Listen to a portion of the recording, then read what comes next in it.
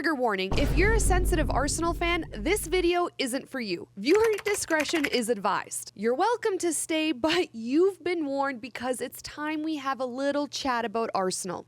Yeah, we're gonna go there. If one more Arsenal fan, not all of them, but the majority of them, tried to tell me to drink the Arsenal Kool-Aid and to trust the process, He's gonna have a bitch fit! what process? Are you guys okay with trusting the process till your last day? Because that's the direction you're headed in. Here's what I'll look like 100 years from now when Arsenal wins the Premier League for the first time since 2004. Arteta has won one trophy, that trophy being the FA Cup, in 6 years. And y'all are gonna try and make me drink the Kool-Aid? What Kool-Aid?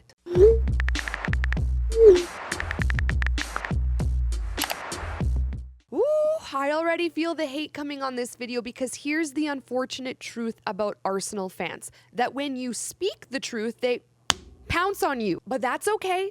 I'm a Milanista. I survived a decade of darkness. Hell, we're still in the dark as AC Milan fans, so I've become tough. And I'd rather see the light and speak the truth than to be delusional. But before we get started, first and foremost, thank you all for being here on this episode of the Caroline Salami Show. Yes, even you Arsenal fans. Again, this is no disrespect to you or your club. This is just how I feel. So thank you for being here. Let me know how you feel in the comment section below. Hit the subscribe button and let's freaking get into this because your girl is excited. Wake up! Okay, so on the last episode of You'll Never Talk Alone with my dad, we did a Champions League predictions video for the round of 16. And my upset pick was for PSV to beat Arsenal. And this pissed off a lot of Arsenal fans because in the video, I said, are you really worried about Arsenal though in the Premier League? Like, I'm not worried. This is the time of the year where, no offense, Arsenal kind of starts to drift off. And this is where the hate started to flood in. Because how could I say that about the big dogs, the big boys, Arsenal? So I sat back in my chair and I said, okay, what do I do? I'm not going to reply to every single comment. You know what's on my side? Time. Because time never lies and time always tells. And what happened? Arsenal then lost to West Ham United and then drew to Nottingham Forest. Shocked. We're all shocked. At this moment in time, Arsenal are 13 points behind Liverpool. And this is exactly what I was alluding to. When push comes to shove and Arsenal need to win the big games of the season, they don't. No matter what league you're talking about. It's as simple as that.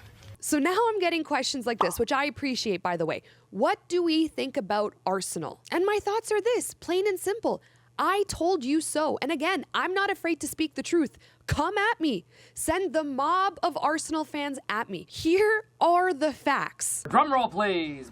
Arsenal and their fans, not all of them, but the majority of them, are a PR machine that try and convince us that they are some big club, that they are the big dogs of football, when in reality, they're mid. They sit in second place all year long talking the biggest game with the most banter when they are absolutely zero threat to the throne. The Iron Throne.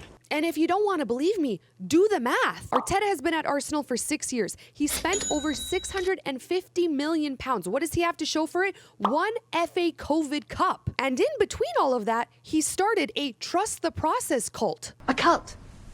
A cult. Our family joined a cult. One trophy in 6 years equals a mid club. I don't care if you sit at the top of every single table. If you don't win anything, it does not matter. I think she's right. Take the 2023 season, for example. Arsenal led the Premier League table for 248 days, the most for an English team who failed to win the title in English top flight history. I'm sorry, I beg your pardon? What's the excuse there? No more excuses. This was the year where everyone was convinced that Arsenal would win the Premier League title. But the reality is, when push comes to shove, in the last stretch of the season, they don't handle their business. Death, taxes, and Arsenal not winning a title are all inevitable. But it's true. So now we go back to current day, this season, and we get a Kool-Aid list of excuses from Arteta and company.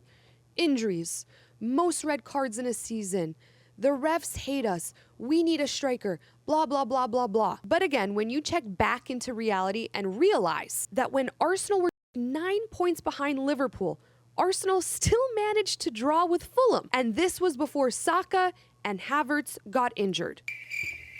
Are we still trusting the process? Do we still have a Kool-Aid list of excuses? I like Kool-Aid. Yeah, but don't drink this Kool-Aid. But Arteta's going to go out to the media after the Nottingham draw and say this: we've made big strides this season. We should be mid-table with everything that has happened. No team in history with 5 red cards and this amount of injuries has been in the position we're in today. The only thing that registered in my brain from that entire comment is the word mid, because that is mid mentality, and that is why Arsenal are a mid club at this moment in time. People are going to be so mad at me. Sure, injuries are valid. Let's give them that one. But are Arsenal the only team in the world and in football right now that are dealing with injuries? Do the refs have some kind of secret agenda against them? No. Every single game I watch, the Premier League refs are shit. VAR is shit. They are not a victim of the referees and VAR, but they're gonna make you think that they are because they can't accept the fact that they are not a team that can contend for a title at this moment in time. I agree. And yeah, I understand Arsenal needs a striker, sure. But let's be honest here. When Arsenal and Arteta brought in Declan Rice, you would have thought that they just signed Prime, Xavi, and Iniesta combined, okay? The PR machine was absolutely insane. And this is no disrespect to Declan Rice at all, because I think he's a good footballer. But when you compare him to Liverpool signing McAllister, the steal of the century, McAllister, one of the hardest working midfielders and players, full of talent, makes an immediate impact when he's on the pitch. List goes on with that guy. A steal for Liverpool. And then you look at Declan Rice, Arsenal's biggest ever transfer signing, and you not only wonder, was it worth it? Was he worth the money? But you also realize that Arteta and company have had opportunities to sign players that they want. They've had deep pockets, and at the end of the day, they haven't been able to deliver. Let's not overcomplicate it. It is plain and simple. That's a lot of money. And again, let's just talk about this current season, where Manchester City, also known as Humble FC, have fallen off of the face of the football world and have given Liverpool and Arsenal the best chance that they've seen in years to win the Premier League trophy.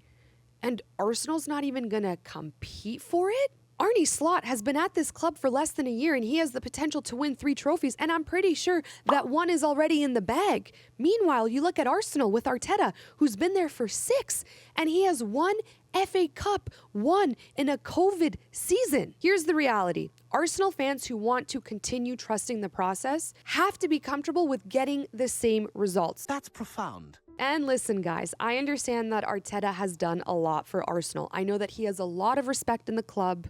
I know that a lot of fans have a soft spot for him, and I don't blame him. I'm not saying sack him overnight. All I'm saying is don't expect me and don't expect other football fans to feed into this narrative that Arsenal is a top-tier football club when they're not.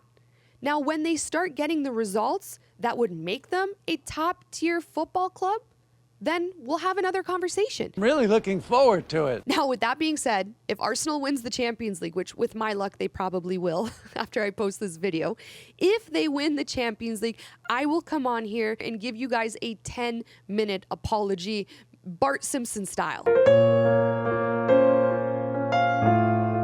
But mark my words, if they don't win the Champions League, because that's what Arsenal has to do at this point, for everyone to take them seriously, I'm going to come here, sit on my chair, start my channel, hit the record button, and give you the honest, full truth about Arsenal. Because this, just tip of the iceberg, my friends.